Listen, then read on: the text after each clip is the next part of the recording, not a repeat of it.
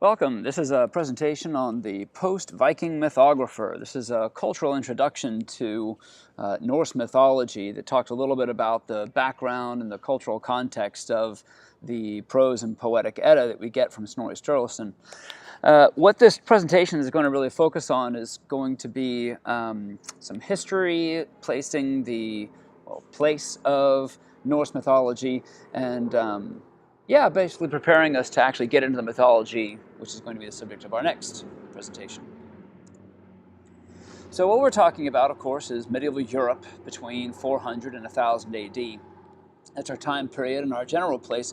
But really what we're talking about in this presentation is in the North Sea.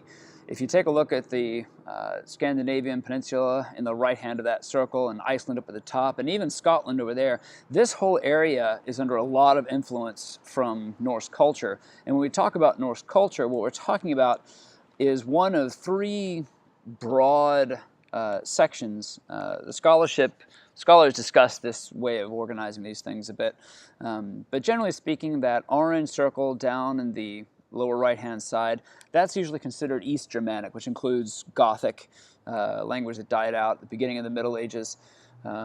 You've got the West Germanic over on the left-hand side that stretches over Germany and England and up into Scotland nowadays. And then you've got the Norse world, which is that gigantic triangle up in the top part. So when we're talking about Norse and Germanic mythology, that's really what we're talking about. Now, it's useful to divide the Middle Ages, and even before the Middle Ages and after the Middle Ages, into periods. And these periods, it's always problematic to define periods, but it does help to sort of get to talk about some of the distinctions that happen in culture and mythology and literature. So the earliest period that we have when we're talking about Norse culture is the Nordic Bronze Age. Now that's the period from about 1800 to 500 BC or BCE, depending on how you want to talk about your dates. After that, we get the Nordic Iron Age with the introduction of iron, and that goes from about 500 BC to about 800 AD. Now you'll notice that that covers well into the early part of the Middle Ages, the first 400 years or so of the Middle Ages. So our period overlaps into that Nordic Iron Age. Then we've got the Vendel Period, which is a kind of alternate name for the Nordic Iron Age.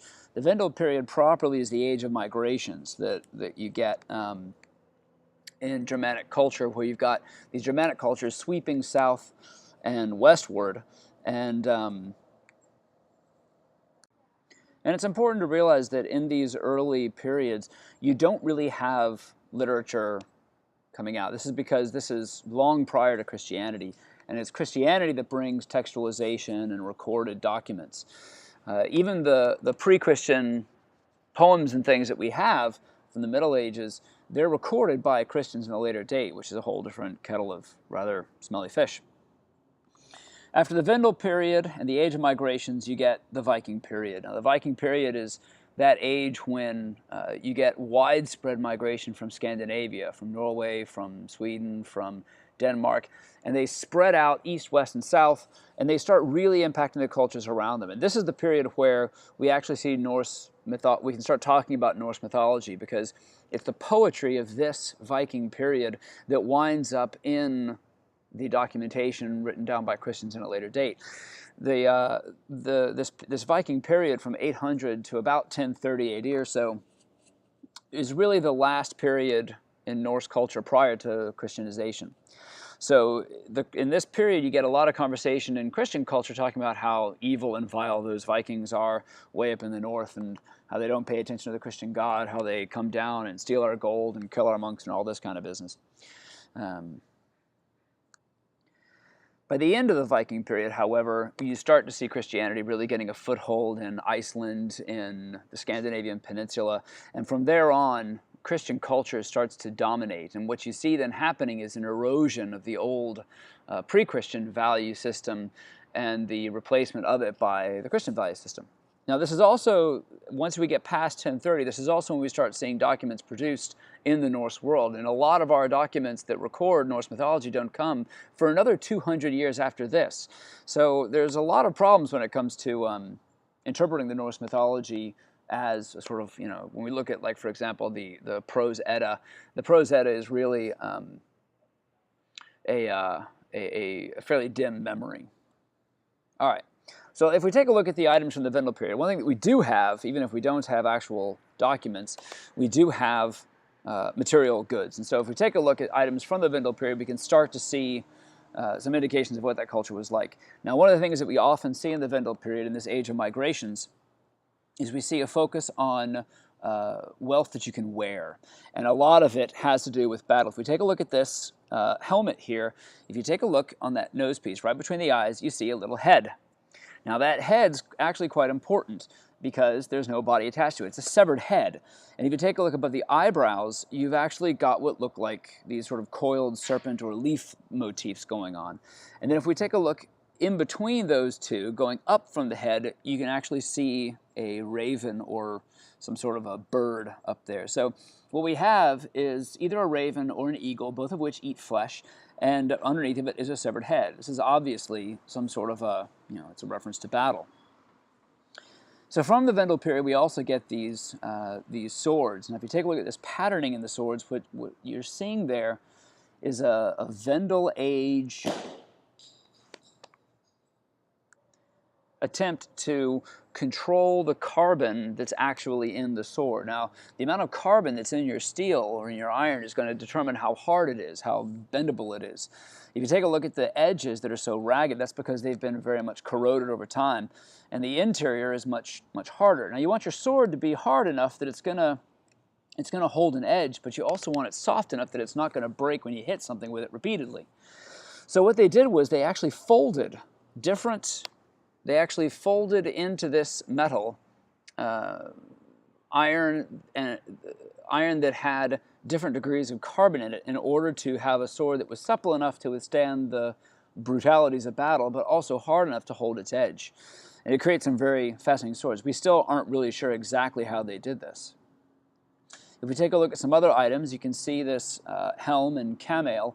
That's the chain mail that's hanging down from it. And each of those, that camail is comprised of thousands of little metal links, each of which has a rivet inside of it. So it's very painstakingly made. Similarly, if you take a look at this little roundel that's from, we presume it's from some sort of a suit of armor or something, you can see this very distinctive diamond pattern that's carved into it. This sort of carving is very indicative of the period. If you look closely at the bottom right-hand quarter of it, if you look at it just right, you can kind of see a wing and a hooked nose. So it could be 4 raptors, hard to tell. It could just be abstract. I mean, that's one of the things that you see in this period. But we can see in this belt buckle here a very intricate knotwork. And in this knotwork seems to be intertwined snakes. Sometimes you get horses and things, but you've got these intertwined animals. This is very, very typical of the Norse world. Similarly, if you look at this belt buckle that was found in the Sutton Hoo ship burial in England from this same period, about 7th century or so, you can see a number of motifs going on here. If you look at it sideways, the hoop for the belt buckle is actually 2 birds with rounded hooked beaks. They're sort of facing each other, one from above and one from below. Very highly stylized, but it's recognizable as an actual bird. If you take a look along those necks of the birds, you can see a sort of what looks like some sort of red gemstone or something like that. That's cloisonné. That's glass that's been melted into raised frames, and it's very typical of this period as well. Looking back along the belt buckle, looking towards the back right-hand side, you see what looks like 2 open pincers. Well, those aren't so much pincers as they are more birds. If you take a look at the far right-hand side of it, it looks like there's 2 spreading wings. And that's how I interpret these. And then you've got the 2 heads up across. Now, in between those 2 beaks of the pincer, if you turn your head sideways, you'll see 2 eyes, a nose, and a beard. There's another severed head right there. And if you look on either side of the severed head, you can see more curved beaks of raptors. They're just on the top, just on the bottom, and the eyes of the raptors are actually the rivets holding this plate in place. So what we have here are intricate, integrated, natural forms, heavily stylized, involving heads and birds. This exact same pattern is shown on other examples of goods from the Vendel period, and what we've got here is the cover to a belt pouch, again from the Sutton Hoo ship burial of the 7th century or so. And in this belt pouch, if you take a look at the center, it's symmetrical. So if you take a look at the center, you have 4 birds. If you look at the bottom, there's 2 ducks facing each other, and on the ducks' backs are 2 more birds of prey with their hooked, sharp beaks. Now, this is probably some sort of a hunting scene. You've got 2 raptors that are attacking 2 ducks. And if you look on the outside of them, you've got a little man, and on either side of him are 2 hounds, very stylized hounds again in that same style, that same cloisonné style. Now you could take the hounds as being sort of jumping up and licking his face affectionately, but you could also take this as another scene of violence. You've got these 2 hounds attacking this guy, just as you've got 2 birds of prey attacking 2 ducks. And the natural forms don't stop there. If you look above the birds in the middle, you've got what look like 4 animals that are all sort of netted together. Now, if you take a look at the backs, it looks like they've got something along the ridge of their backs, and then you've got long legs that are all entwined, and then their heads, the top and the upper mandible and the lower mandible, extend outwards into fighting. Now, we know that in Iceland, during the period of the Icelandic sagas, which covers the whole period from about the 10th and 11th centuries all the way up to the 13th century, we know that horse fighting was a major pastime. And the way they would fight, the way they would put these horses in to fight each other is that 2 men, each with a stallion, would stand behind the stallion, driving them forward with a goad, like a kind of a stick, and then they would get the 2 horses to fight with the men standing right behind them. It was considered a very brave pastime. So this is probably images of 4 horses fighting one another. Now, if we take a look at another item from the Sutton Hoo ship burial, what we can see here is that we have this helmet that has little scenes, kind of like a comic book spread out on top of it. Now, this is a reconstruction. The original helmet was quite badly crushed. And to the right of this helmet, you can see a reconstruction of what one of those panels looks like. You got 2 warriors, each wearing a helmet, and at the top of those helmets, you've got 2 birds facing each other right in the middle. They hold 2 spears, each holds a sword, and there's another spear back behind them. Now, I don't know, but this is probably where you get the horned helmet motif from. Now, Odin was also supposed to have had a magic horn that had horns on it. Horned helmets didn't actually exist historically. That's a complete conceit of the modern world. But you can see here that this might have served as the basis for it. Again, what we've got is a highly intricate, stylized craft that is both aesthetically decorated, informed by probably mythological concepts, and representing natural animals and men. If we take a look at another panel from a different helmet, this one from Sweden during the 7th century, we've got a guy on a horse. His helmet has another bird of prey on it, or maybe that's a boar, it's hard to tell which. He's got a spear, he's riding down a serpent, and he's accompanied by 2 birds. Now, there's a figure from Norse myth, very, very familiar, Odin, who rides a horse, has a spear, and is accompanied by 2 birds. So this has sometimes been interpreted as an image of Odin from this early period. Hard to tell. One last artifact we've got here, the 6th century Vendel Brooch, again showing another bird of prey. All right, now what we've got here are several animals showing up again and again, the eagle, the raven, and wolves, or hounds of some kind. And they're all unified by the same concept, and that is they all eat flesh, and they're all associated with battle. Now, in the natural world, it's some biologists have observed that ravens and wolves will sometimes actually cooperate. The ravens will find something that can be hunted or eaten, and then they will either lead the wolves there to kill it, or they will follow the wolves to what their kill is, and then they'll sort of feed the carcasses. So what we have here are motifs that all center around battle, all center around combat. And that's something that comes up again and again. This is a heroic society. It is a society that privileges violence as a positive social norm. Now, all heroic societies tend to have the same sort of method of working. And the way that operates is that in a heroic society, you go out to battle, usually taking the wealth of another people, and then you bring that home and you create abundance by using that wealth. And this is something that comes up in both Celtic and Germanic cultures, which all have the same natural motifs. Now, the Viking period began with the expansion of the peoples of Norway and Denmark out into Europe. And here you can see a rough image of where they actually traveled to. The Norwegian Vikings going westward, the Swedish Vikings going eastward, and the Danish Vikings going mostly to the south. This is a little bit simplistic, but you can get a good idea, generally speaking, of how that actually worked. Now, we take this as a matter of course in history, but you have to understand that this society was pretty intense to be taking this on. This is an image of the North Sea today beside one of the rigs. The North Sea is a very violent ocean. People have to be very good sailors to go on it today with our level of technology, and these guys sailed on it with boats that looked like this. This is a Viking longship that was reconstructed back in the early 2000s called the Stallion, that actually traced a lot of the paths down and around.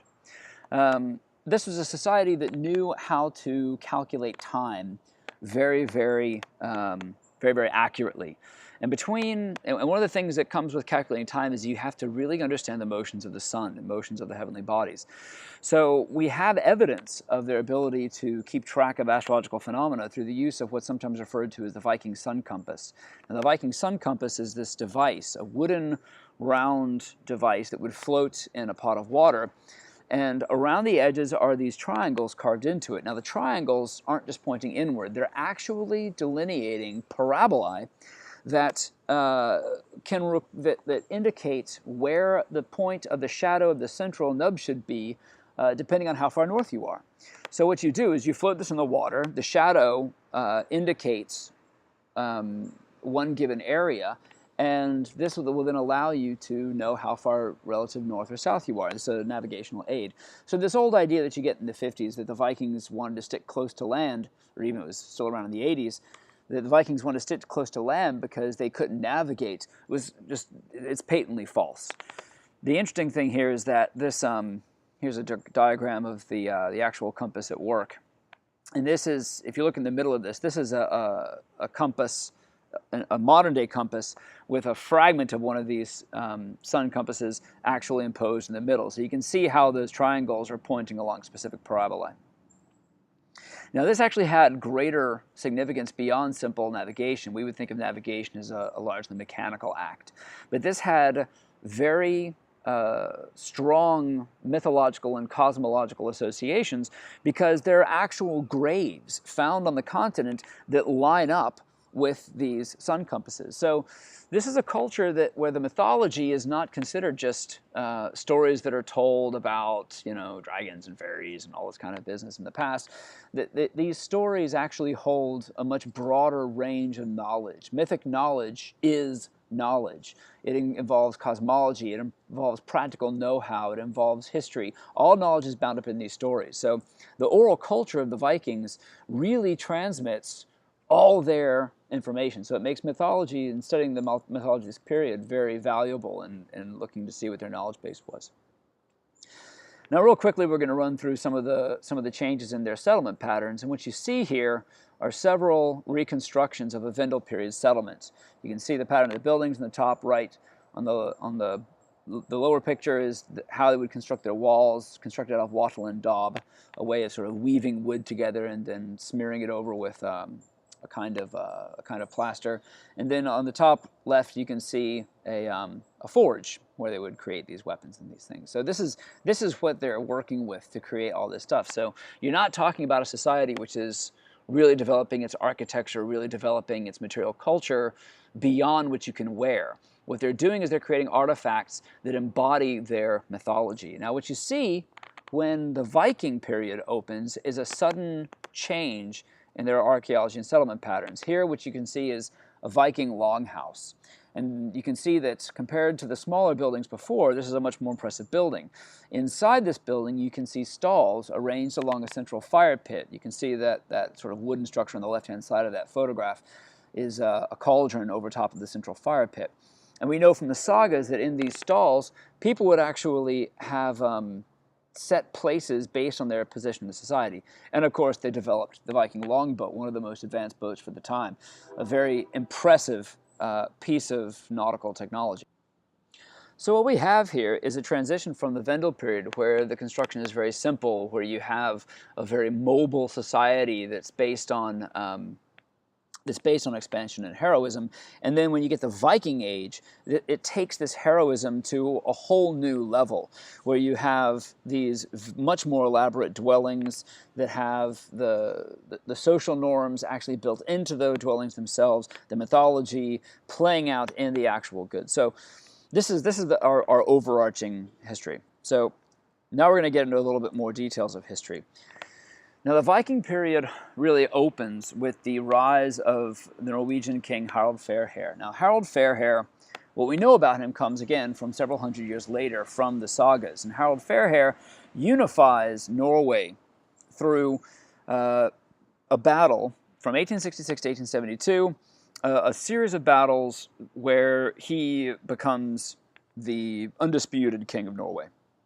At the Battle of Hvalsfjord in 872, he fights a battle against two other contenders for the King of Norway, and he, of course, wins. The monument here is at the site of the battle there at Hvalsfjord, and each of those swords represents one of the kings that was involved in the battle. Now, some have hypothesized that it was this battle and the creation of a central Norwegian kingship that prompted this expansion from the Scandinavian peninsula, that what you had was political ostracization of the nobles in the area, and then they basically left because they didn't want to deal with this king, and they moved out and colonized all these other areas. The problem is that the actual Viking period seems to have started some 70 years prior to that, but whatever started the Viking expansion, this certainly hastened it. So now the Viking period, you see several very important things happening. The expansion during the Viking period leads to colonization. The Orkney Isles off the north coast of Scotland, Dublin in Ireland, the Isle of Man, Iceland, and Normandy, where the Normans are from, as in William the Conqueror. These were all originally Viking colonies, where the Vikings landed, and in most places adopted the culture where they landed. Now, some places they didn't so much. The Isle of Man and Orkney, you see a very strong Norse presence continuing on the route. Iceland, of course, the only people who were in Iceland were a bunch of Irish monks, and they pretty much died as soon as the Vikings got there. But in Normandy and in Dublin, in both places, what you see is an integration of the colonizers into the dominant society in those areas. In Dublin, the Viking king gets incorporated into the Gaelic political structure. And in Normandy, Hrolf, or Rollo, depending on whether you take his Norse name or his French name, in the 10th century, he winds up basically cutting his long hair, learning French, adopting French dress, and for all intents and purposes, the Normans are basically a branch of French culture, but they show heavy Norse elements in their culture as well. By the time you get to the year 1000, you see conversion beginning. And it begins with Olaf Tryggvason in the later part of the 10th century, and it's concluded with Olaf Haraldsson, so you can't get those two Olafs confused with each other. Olaf Tryggvason was quite a violent guy. Olaf Haraldsson, however, he was a proper Christian, and he really pushed Christianity in a sort of legal way. And it's, of course, after Olaf Haraldsson that the Viking period properly ends. By the time you get to the end of Olaf Haraldsson's reign, the Viking period is over because almost all of the Norse world has accepted Christianity. Now, this doesn't actually mean that all those old pagan ways of doing things went away. In fact, we have a number of Christian commentators who talk about the continued worship of the older pre-Christian gods well into the Christian period. One of the best examples of these is Adam of Bremen, who writes about the pre-Christian temple at Uppsala. Uppsala means the high hall, basically. And he describes this temple as being this horrific site of sacrifice surrounded by a golden chain. Here it's being displayed as a basilica, but it almost certainly didn't have that shape. And outside of which there were baths where people would ritually purify themselves, and inside there were three figures, three gods, and he says that they were There were three gods placed at the end, and these are taken to be Odin, Freyr, and Njordur, three major gods in the area. Now, Uppsala is over here in Sweden.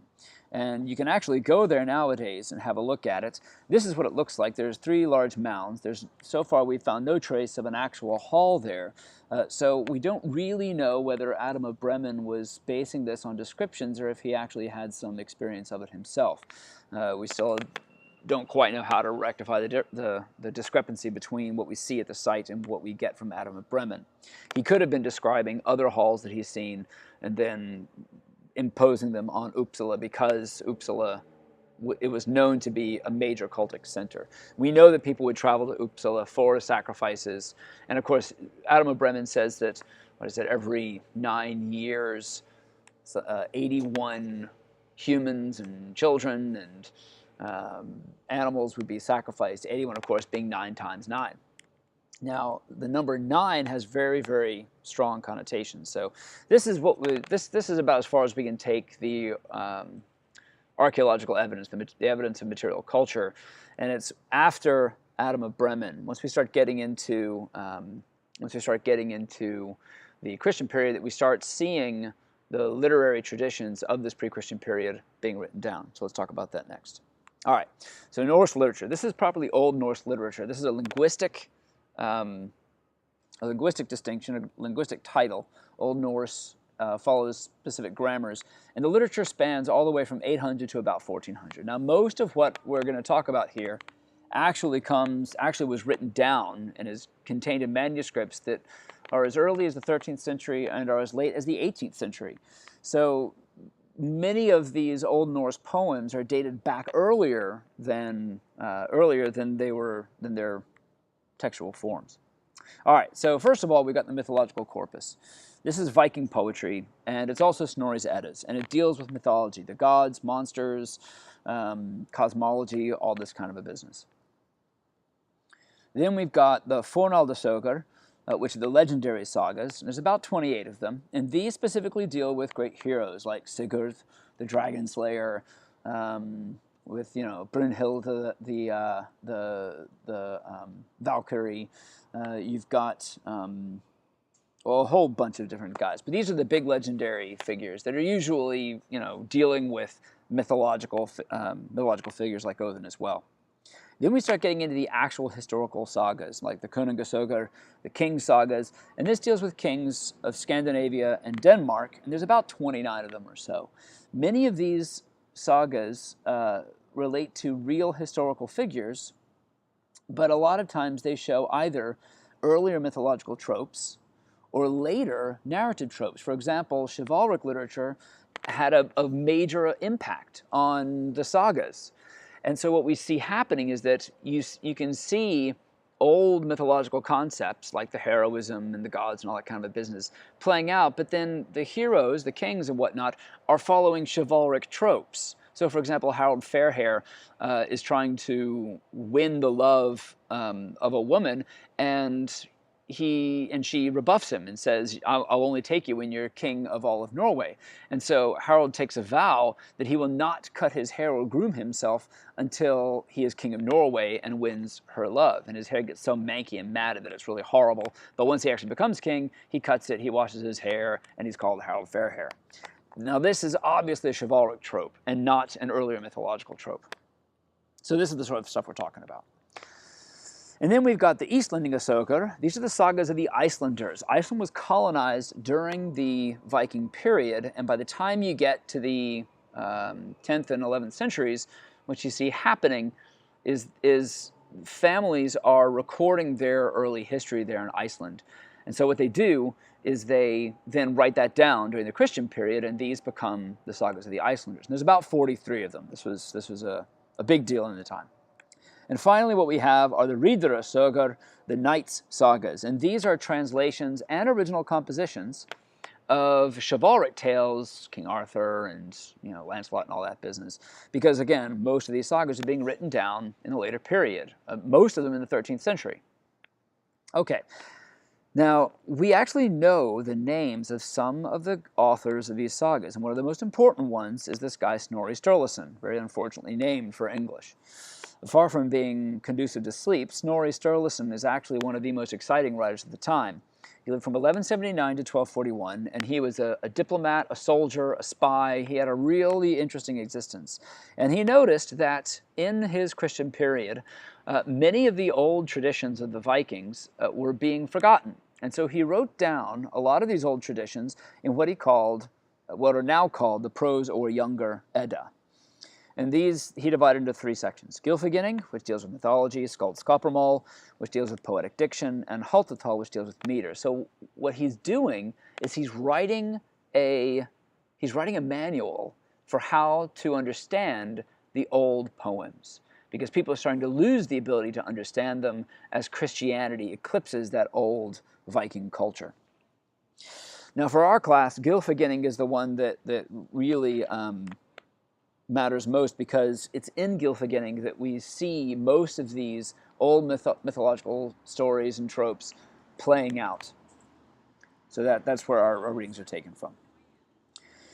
Now there's two last points I'd like to make really quickly. And first of all is that we in the modern culture are very visual. We really like to have a picture of things. We prefer videos to text. We prefer pictures to prose. So we like to have things laid out. And so taking Snorri Sturluson's cosmology as it's laid out in Gylfaginning, we usually depict this kind of a structure. It's objective. It's like you're standing outside of it looking into it. This is not the experience in the Middle Ages, and you have to understand when you read these texts that it's being described from the inside. So when you look up at the stars, you're actually looking at the sparks from Muspelheim, the realm of fire, that are flying up into the inside of the skull of the giant Ymir, who was killed by Odin and his brothers in the early days of time and space, and then turned into the world around us. So try not to fall into the trap of wanting to have everything clear-cut and laid out this way. Instead, when you read them, think about them as poetic tropes, ways of understanding the world through mythos, through story. That's really what they're all about. A better visual indication of Norse cosmology would be this painting by Alex Elise. It shows the serpent at the bottom of the ocean causing a great wave to the poor heroic Viking who's about to get smushed. This shows the power, the immensity, the subjective experience of these myths as they were mapped outward onto the objective world of phenomena. Now, where we go next from this is actually into the mythology itself as it's communicated by the Edda and by these other different mythological, these myths and these literaries. But that's for the next presentation.